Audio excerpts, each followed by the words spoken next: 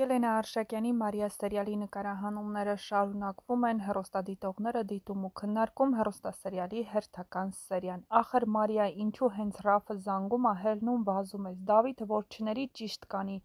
Դավիթն ամենալավին է արժանի, գրել է հեռուստադիտողներից մեկը։ Ռաֆ, տղաս, խնդրում ենք, մի լավ դեր վերցրու, որ գոնե քեզ էլ սիրենք, ոնց Դավիթին կամ Աբուլին, թե չէ էսպես չի լինի, ամեն անգամ վատ դերեր ես խաղում։ Ռաֆ, ինչի ես ամեն անգամ խառնվում Մարիայի կյանքին, քեզ չի սիրում, հանգիստ թող Մարիա ամեն ինչ արա, փրկեք ձեր սերը։ Հեռուստադիտողների մեծ մասը մեղադրում է Մարիային գրելով, էդ որ Ռաֆին չես ուզում, բախի ես կամ հանդիպում, կամ մեքենայի մեջ, կամ հեռախոսով խոսում ու տենց լիքը կամեր։